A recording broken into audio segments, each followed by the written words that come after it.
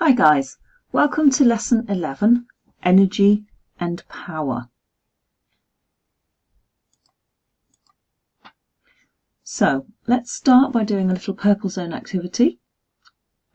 Access the sheets that should be available with the lesson, or hopefully somebody has printed off for you. They look like that. Otherwise you'll just have to pause the screen here and go through the questions one at a time. You know the drill now. There are some questions from the last lesson, a couple from the lesson 2 lessons ago, etc. Pause the video, have a go at those, get your green pen ready to self-assess. Okay, so here are the answers. Be really careful with this unit here, it's an easy one to get wrong. The units for specific heat capacity are joules per kilogram degrees Celsius. And why did we have to insulate the aluminium blocks when we were looking at the specific heat capacity? That's to reduce energy being dissipated into the surroundings, warming the surroundings up, because that would be a wasted transfer. And the dependent variable, what does that mean? That means what we are measuring in an experiment. Okay, I'll let you look at the rest of those, self-assess the rest, write down anything you got wrong, make good use of that time, and then we're on to the lesson. Okay then, so this lesson here, I want you to think back to an equation on work done that you've met before. And the question is, who's done the most work here? Is it Emma, lifting sacks of chocolate bars? Is it Mandy, pushing her fat Labrador? Or is it Katie, pulling her drawer shut? Okay, so the equation that you need is work done, which is the force times the distance. Now, when an object is moved by a force, work is done on that object. So the force transfers energy to the object.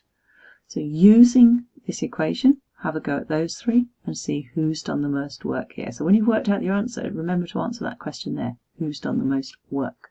Okay, pause the video. Off you go.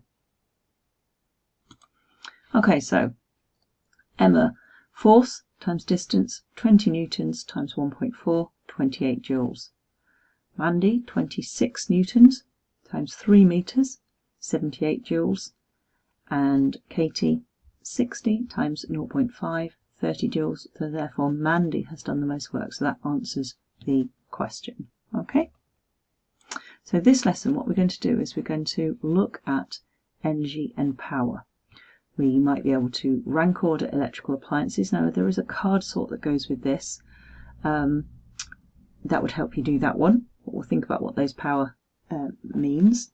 Can compare power devices, and we can look at solving power questions using the equation. Okay, so don't forget your keywords. All right, we're still on keyword sheet 3. You got given a couple of lessons back. So really useful to keep those up to date. Now video time here. Watch the video. And it's only 4 meters long. Make any notes that you think are worthwhile. Okay, and then look at this bit up here. So let me see if I've got this right. Work done and energy transferred are the same thing, right? See if you can answer that question by the end of the video. Off you go. So you'll have to pause this video, go to the PowerPoint and click on the link.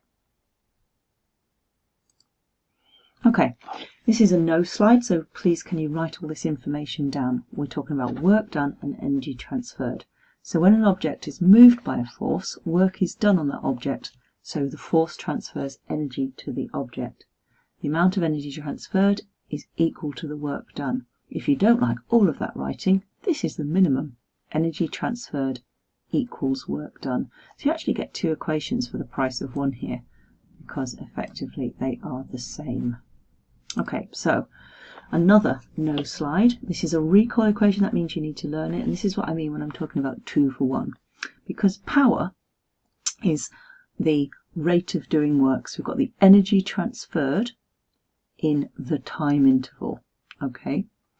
Another way of saying that would be the work done divided by the time. So we've either got the PET equation or the PUT equation.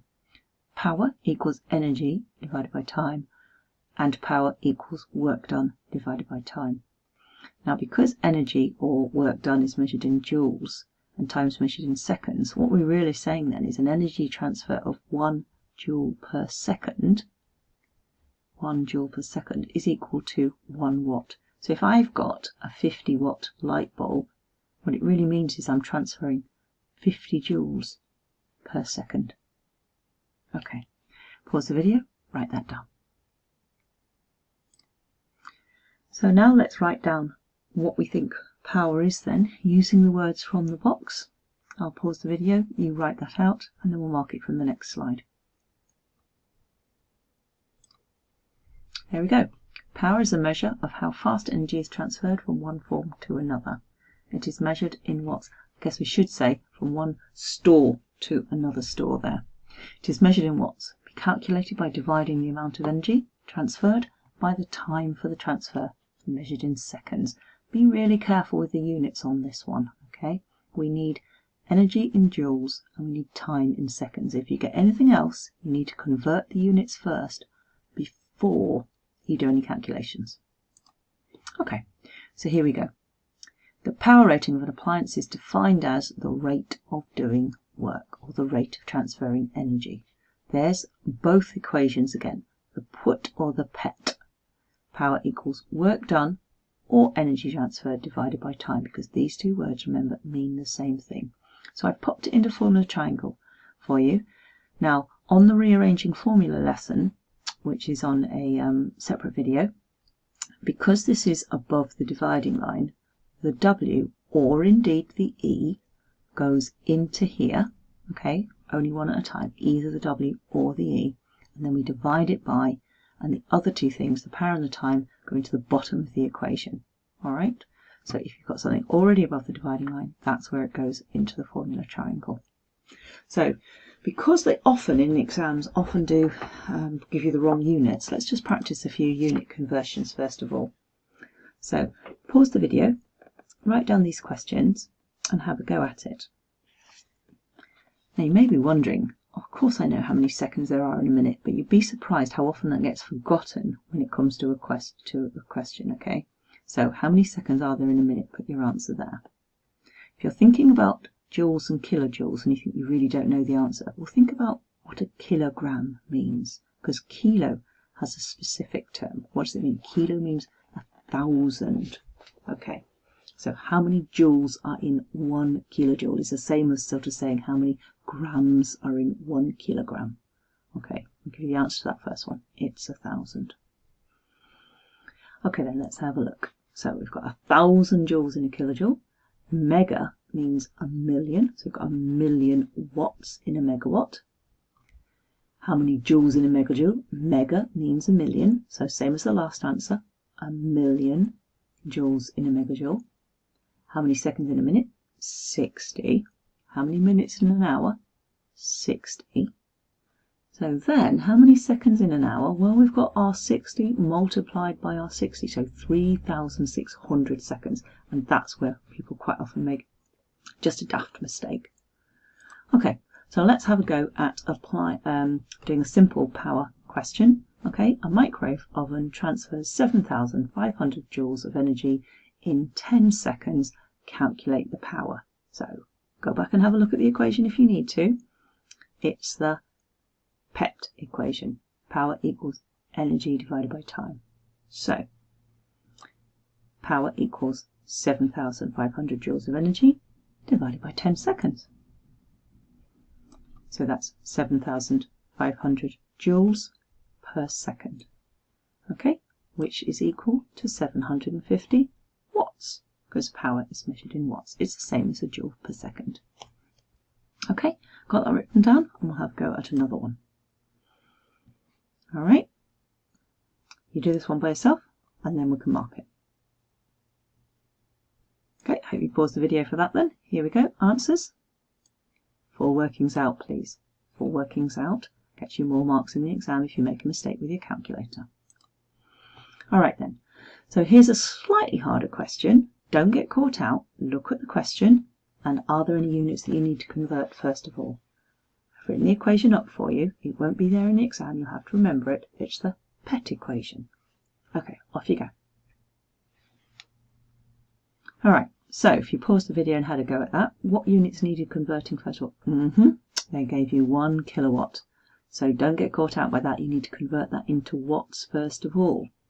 You've then got to put it into the formula triangle and rearrange, or substitute into the formula first of all. Now, if you substitute into the formula first of all, that can score you an extra mark, okay, or a mark that you're not going to lose anyway. So, oh, and there was the second one, 10 minutes.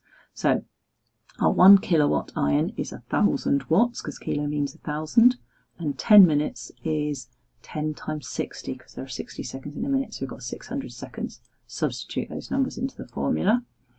Okay, 1,000 equals E divided by 600. So we're looking at how we get the energy. Okay, all right, so to get rid of the 600 on this side, we'd have to put 600 at the top.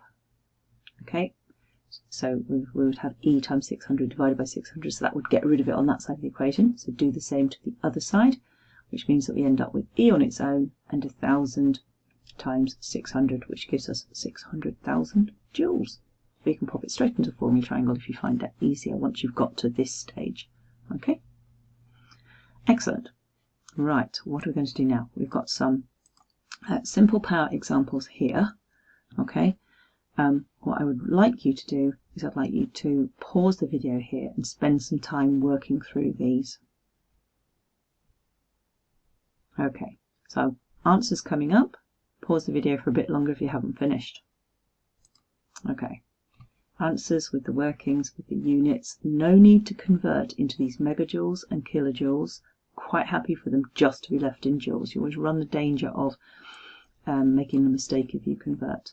So mark those and then go on and practice on these sheets here that should be attached to the lesson or printed off for you. Here is a very simple exam question, and this shows you what happens on the foundation paper. Sometimes, despite the fact that the exam board tells us you have to learn them all, sometimes they actually give you the equation. The only problem is they don't tell us which ones they could give you, so that's why you have to learn them all.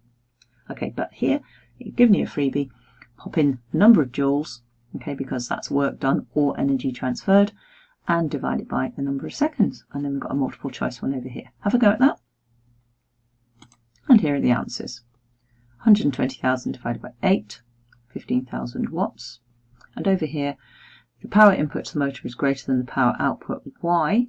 Because we'll have energy transferred to heating up the surroundings, so we've dissipated some energy to the surroundings, and friction between moving parts means that we've transferred energy in non-useful ways. Okay, and here is an example of a higher tier question using the graph, but you still got to recall it here. Okay, so this time it's not been given to you because it's a recall equation. They expect you to know it. Calculate the work done, then calculate the percentage increase. Go away and try that, and I'll pop the answers up for you. Okay, so here we go. The equation, the put equation this time, power equals work done divided by time taken. Rearrange, substitute in the numbers to get your rearrangement here. Okay, and there you go. Give you time to do the second bit there, and green pen it.